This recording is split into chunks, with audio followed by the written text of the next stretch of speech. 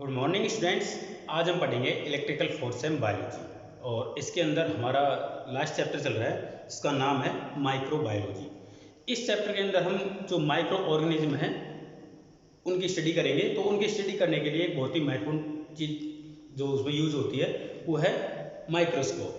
तो आज हम इस लेक्चर के अंदर कंपाउंड लाइट माइक्रोस्कोप के बारे में जानेंगे। तो देखिए कैसे होता है। ये एक माइक्रोस्कोप कुछ इस तरह से होता है।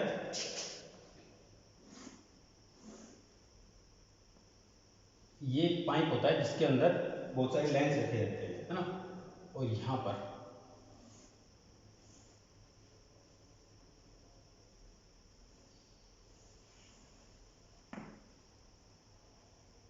इसको घुमाकर इसके ऊपर लाया जा सकता है। तो यहाँ पर अलग अलग लेंस लगे होते हैं।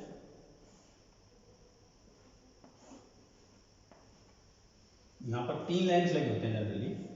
तो इसमें से एक बार में एक ही काम में आता है ना। इसको एक दूसरे के ऊपर घुमाकर लाया जा सकता है। इसके नीचे एक मैकेनिकल स्टेज होता है जो मूवेबल होता है। इसको आगे पीछे ऊपर नीचे खिसकाया जा सकता है और इसको कुछ इस तरह से जोड़ा होता है। इससे ये जुड़ा हुआ होता है, ठीक है। यहाँ पर एक नोब होता है जो इसको ऊपर नीचे कर सकता है। फिर इसके नीचे का जो हिस्सा है वो एक दूसरा स्टेज होता है जो इसको पूरे को जोड़े रखता है, ठीक है। यहाँ पर भी एक नोब होता है।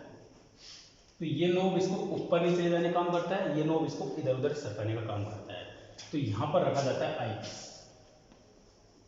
यहाँ पर आई रखी जाती है। यहाँ पर ऑब्जेक्ट रखा जाता है, ये ऑब्जेक्ट है जिसको देखना है। और इसके अंदर यहाँ पर लाइटें लगी होती हैं, ठीक है। तो यहाँ पर कंपाउंड लाइट होती है, मतलब एक से ज़्यादा लाइट इसके अंदर लगी होती हैं जो इसके ऊपर फोकस करता है। उसके अलावा इन जो ये लेंस होते हैं इनकी कैपेसिटी बढ़ाता है देखने के लिए। तो देखिए यहाँ पर क्या कैपेसिटी होती है। इसमें स्टेज होती है, ये तो स्टेज क्लिप लगी होती है इसमें, मैकेनिकल स्टेज, ठीक है। ये मैकेनिकल स्टेज है जिसको बेस बोलते हैं। बेस जो इसको रोके रखता है, आधार होता है। इसमें इलेक्ट्रिक वायर भी होती है यहाँ पर,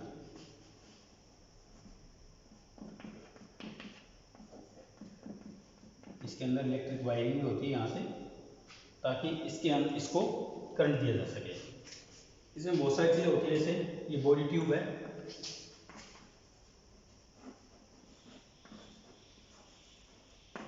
ये बॉडी ट्यूब है, ठीक है।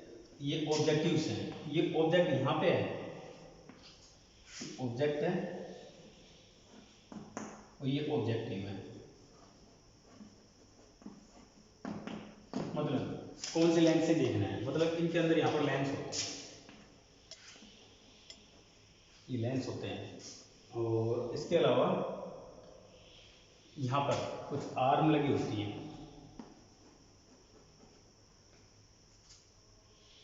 और यहाँ पर एक सिस्टम और लगा होता है जो बड़ा सा, इसको एक तरह से हम कोरस फोकस बोलते हैं।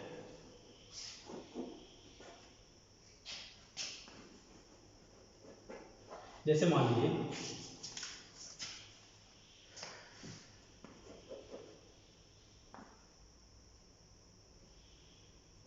देखिए यहाँ पर ऑब्जेक्ट रख दिया। ऑब्जेक्ट रखने के बाद में ये कोरस फोकस क्या करता है, इसके ऊपर फोकस करने का काम करता है, मतलब बड़ी तेजी से सरकाता है इस चीज़ को।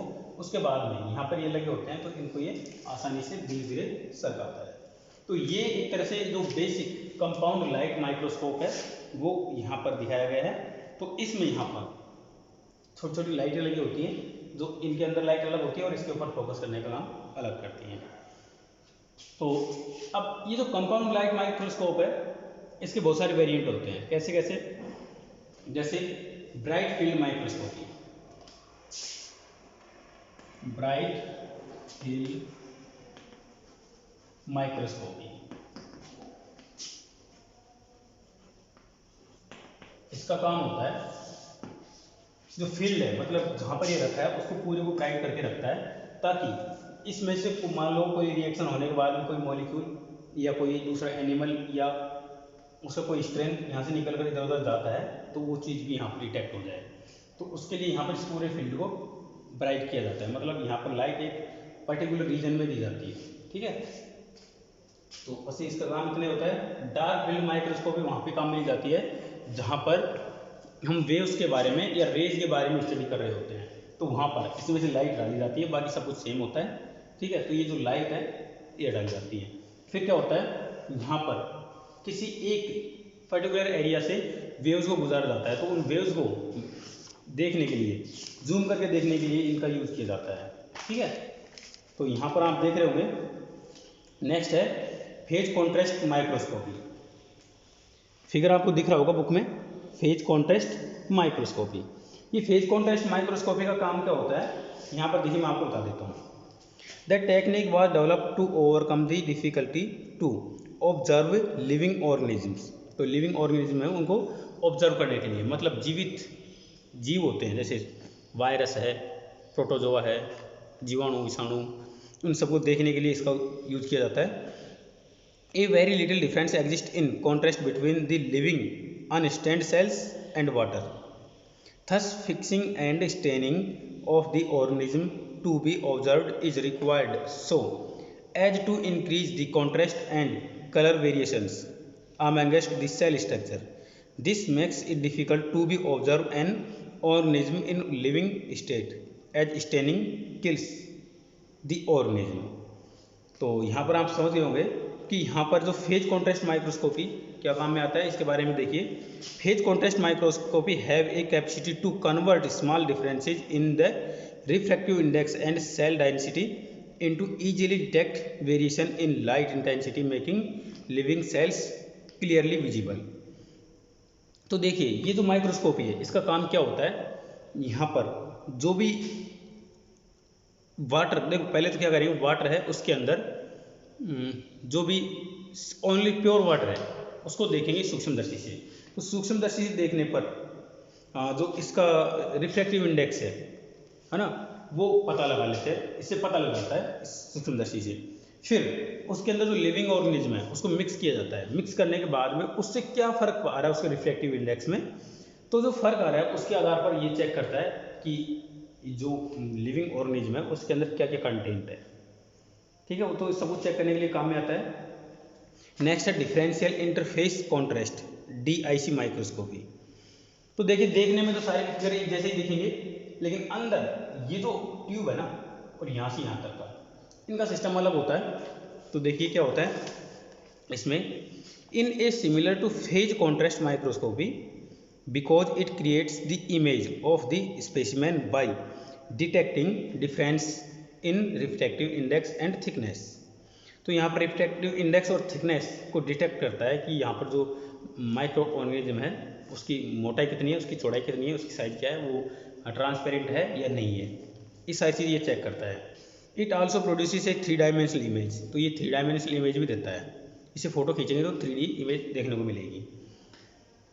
In this type of microscopy, 2 beams of plane polarized light are generated by prism. इसके अंदर एक प्रिज्म होता है, वो क्या करता है, 2 लाइट वेव एक साथ में डालता है, ठीक है। These are at right angle to each other and can be referred to as the object beam and reference beam, ठीक है। तो यहाँ पर 2 बीम होती है, एक ऑब्जेक्ट बीम, एक ऑब्जेक्ट के ऊपर पड़ती है, दूसरी रिफरेंस बीम होती है ना। These beams are combined after they travel through the object lens and the mutual interface to form an image. और जहाँ पर ये दोनों जाकर मिलती हैं, देखिए एक लेंस यहाँ पर एक इसमें, दोनों में 2 लाइट गुजरेंगी, एक ऑब्जेक्टिव और एक उसके ऊपर, एक रिफरेंस और एक ऑब्जेक्टिव के ऊपर गिरने के बाद कहीं टकरा कर कहीं जाकर जहाँ पर वो मिलती हैं उस पॉइंट पर इसकी इमेज बनती है। तो उस इमेज को यहाँ पर खींचा जाता है, जिससे क्या होता है उसकी जो बहुत बड़ी साइज हमको देखने को मिलती है। जनरली हम इसी प्रकार के माइक्रोस्कोप देखते हैं। इस तरह से मैं आपको थोड़ा बता देता हूँ। जैसे मान लो हम इनके वेव के बारे में बात करें, हाँ, तो हम इसको इस तरह से बना लेते हैं। यहाँ से ये ऑब्जेक्ट है ना, ये ऑब्जेक्ट रखा है, तो यहाँ से एक लाइट इधर गई, एक इधर गई, कहीं जाके टकराई? नहीं टकराई, है ना। तो क्या होता है, इसको हम आगे बढ़ाते हैं। आगे बढ़ाने पर क्या होगा, ये जो लाइट है ये इसके एफ से होकर गुजरती है, तो ये यहाँ से गई। देखो अगर इन दोनों के बीच में गैप जनरेट हो रहा है ना, तो ठीक है। अगर नहीं हो रहा तो ये कहीं जाकर नहीं मिलेगी, मतलब अनंत पर इसकी तस्वीर मुझे देखने को मिलेगी। अगर अनंत पर कोई तस्वीर देखने को मिल रही है हमको, तो इसका मतलब उसका ऑब्जेक्ट अनंत टाइम्स बड़ा हो जाएगा, मतलब एक मच्छर भी हमें एक पहाड़ के जैसा दिखाई देगा। ऐसे इस तरह से इनकी साइज बनाई जाती है, ठीक है।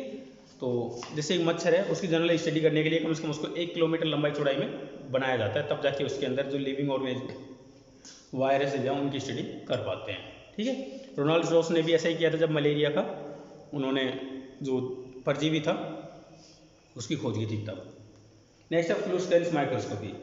फ्लोरोसेंस माइक्रोस्कोपी में ज़्यादा कुछ नहीं होता, बिल्कुल ऐसे ही माइक्रोस्कोपी होती है, पर यहाँ पर जो भी स्टडी होती है वो फ्लूरोसेंट लाइट के अंदर होती है, दूर या रोशनी के अंदर सारी स्टडी होती है, ठीक है। क्योंकि जो फ्लूरोसेंस लाइट है उसकी एनर्जी बहुत कम होती है। अब कम एनर्जी है जिसकी वजह से वहाँ पर जो लिविंग ऑर्गेनिज्म है उसका टेम्परेचर नहीं बदलता। अब टेम्परेचर नहीं बदलता तो उसकी स्टेट वैसी वैसी बनी रहती है। अगर मान लीजिए टेम्परेचर बदल जाए किसी भी कंडीशन से, किसी भी रीजन से, तो उसकी स्टेट में परिवर्तन आ सकता है। हो सकता है कि वो वेपराइज हो जाए, हो सकता है वो जल जाए, हो सकता है वो फ्रीज हो जाए अगर टेम्परेचर में अंतर आ रहा है। तो यहाँ पर टेम्परेचर में अंतर नहीं आए, इसलिए यहाँ पर फ्लोरोसेंस लाइट यूज करते हैं। नेक्स्ट है इलेक्ट्रॉन माइक्रोस्कोपी। देखिए यहाँ पर इलेक्ट्रॉन माइक्रोस्कोपी बिल्कुल सेम माइक्रोस्कोपी जैसी होती है, बस यहाँ पर फर्क ये होता है कि वहाँ पर लाइट वेव की जगह यहाँ पर इलेक्ट्रॉन बीम छोड़ा जाता है। इलेक्ट्रॉन बीम की खासियत ये है कि ये बहुत कम टाइम के लिए काम ली जाती है, लेकिन इसकी क्लियर पिक्चर आ जाती है। यहाँ पर जो इलेक्ट्रॉन की साइज के जो मॉलिक्यूल होते हैं उनकी भी यहाँ पर क्लियर पिक्चर देखी जा सकती है। इसको जनरली इस प्रकार के जो सूक्ष्मदर्शी होते हैं इनको जनरली काम में लिया जाता है जो क्रिस्टल है उसकी स्टडी करने के लिए, ठीक है। क्रिस्टल स्ट्रक्चर आप जानते होंगे क्या होते हैं, जो मॉलिक्यूल होते हैं वो किस अरेंजमेंट में सेट होते हैं वो क्रिस्टल स्ट्रक्चर बोलते हैं, ठीक है। तो ऐसे सूक्ष्म जीवों की स्टडी करने के लिए यहाँ पर काम में लिया जाता है electron microscopy. Next transmission electron microscopy. ऐसे माइक्रोस्कोपी जिनको एक दूसरी जगह से सरकाया जा सके, इस तरह से यहाँ पर इनको आगे पीछे किया जा सके, ऊपर नीचे किया जा सके, ऐसे माइक्रोस्कोपी होते हैं ट्रांसमिशन इलेक्ट्रॉन माइक्रोस्कोपी। ये क्यों किया जाता है? क्योंकि लाइट ज़्यादातर क्या होती है, स्कैटर्ड होती है किसी न किसी कारण से। बहुत सारे ऑब्जेक्ट मिलेंगे आपको वातावरण में जिनसे टकरा कर लाइट क्या होती है, स्कैटर हो जाती है, फैल जाती है। तो जो लाइट फैल जाती है उसके हिसाब से यहाँ पर जो ऑब्जेक्ट है वो दिखना थोड़ा कम हो जाता है। अब जब दिखना कम हो जाएगा तो किसी न किसी रीजन से, किसी न किसी तरह से उसको हम उसकी विजिबिलिटी है उसको बढ़ाएंगे। तो बढ़ाने के लिए यहाँ पर जो ट्रांसमिशन इलेक्ट्रॉन माइक्रोस्कोपी यूज़ किया जाता है। क्योंकि मान लीजिए यहाँ पर हम ये ऑब्जेक्ट देख रहे हैं, यहाँ से बीच में कोई जो छोटा सा ऑब्जेक्ट आ गया किसी भी उसका, तो उसको हटाना नहीं है, उसको क्या करना है, हमको इसको थोड़ा सरका के यहाँ बगल में इसको देख लेना है। इसलिए यहाँ पर ट्रांसमिशन माइक्रोस्कोपी यूज़ किया जाता है। नेक्स्ट है स्कैनिंग इलेक्ट्रॉन माइक्रोस्कोपी। यहाँ पर एक इलेक्ट्रॉनिक सिस्टम जुड़ा होता है। ये सिस्टम क्या करता है, ऑब्जेक्ट को पहचानता है। ऑब्जेक्ट पहचान लेने के बाद में इसको जूम करता है, अपने हिसाब से जूम करते हुए जिस साइज में हमको इसको देखना है उस हिसाब से यहाँ पर देख लेता है। बस फर्क ये है कि बाकी सब माइक्रोस्कोपी होते हैं उसमें हमको अपने हिसाब से ऑब्जेक्ट देखना होता है, और यहाँ पर ये ऑटोमेटिक खुद ही दिखा देता है कि आपको क्या ऑब्जेक्ट देखना है, उसकी साइज क्या होगी, ठीक है। तो ये स्कैनिंग माइक्रोस्कोपी होती है। ये फीचर आजकल आपको आपके मोबाइल्स में मिल जाएगा, कंप्यूटर्स में मिल जाएगा, या और भी अलग तरह कैमरोज में भी ये सिस्टम मिल जाएगा, ठीक है।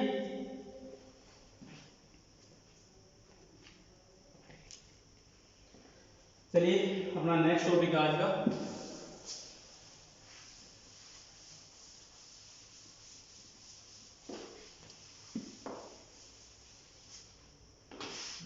स्टरलाइजेशन,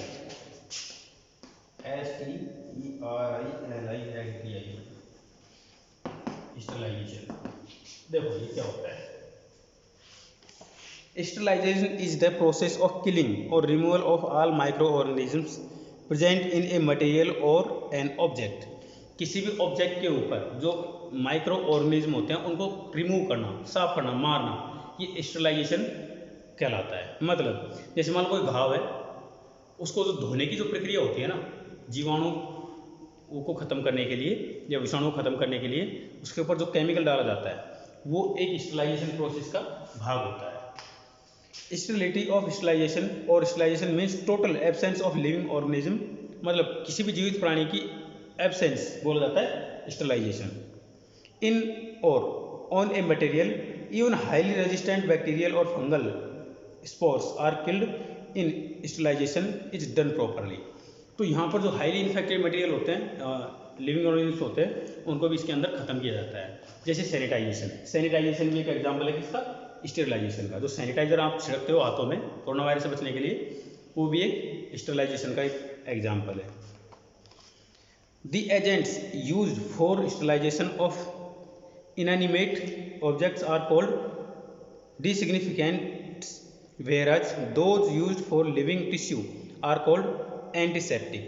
अगर लिविंग टिश्यू हैं उनको हम यूज़ कर रहे हैं किसके लिए, सफाई करने के लिए, तो वहाँ पर उनको एंटीसेप्टिक बोलेंगे, मतलब जीवाणुरोधी बोलेंगे, है ना।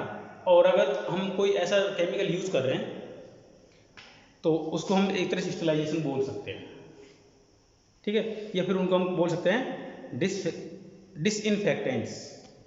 मतलब थोड़ा सा इसको दोबारा समझें, क्या होता है, अगर एक ऐसा केमिकल यूज़ कर रहे हैं हम घाव पे, मान लीजिए हमारे शरीर में कोई घाव हो गया, उस घाव को धोने के लिए हम ऐसा केमिकल यूज़ कर रहे हैं जो इन्फेक्शन को रोक सके, उसको बोलते हैं डिसइंफेक्शंस, है ना, डिसइंफेक्टेंट्स। और अगर हम जो टिश्यूज़ है हमारे शरीर के जो ऊतक होते हैं उनकी सफाई करने के लिए ऐसा केमिकल यूज़ कर रहे हैं जो बैक्टीरिया या फंगस है उनको साफ कर सके, तो उनको बोलेंगे एंटीसेप्टिक। दो तरह के होते हैं जनरली, एंटीसेप्टिक ज़्यादा अच्छे होते हैं। एंटीसेप्टिक हम जनरली बहुत सारी चीज़ों में यूज़ करते हैं, जैसे हल्दी के अंदर एंटीसेप्टिक गुण पाया जाता है, बहुत सारी क्रीम आती हैं एंटीसेप्टिक होती हैं, है ना। तो ये टिश्यूज़ को नुकसान नहीं पहुँचाती। और जो हम बात करते हैं डिसइंफेक्टेंट्स की, ये हमारे टिश्यूज़ को नुकसान पहुँचा सकते हैं, ठीक है। अब नेक्स्ट लेक्चर में हम बात करेंगे केमिकल एजेंट्स की और फिजिकल एजेंट्स की, टेम्परेचर वगैरह, और इन सब के बारे में हम अगले लेक्चर में बात करेंगे। आज के लेक्चर में बस इतना ही, चलिए मिलते हैं अगले लेक्चर में। Thank you.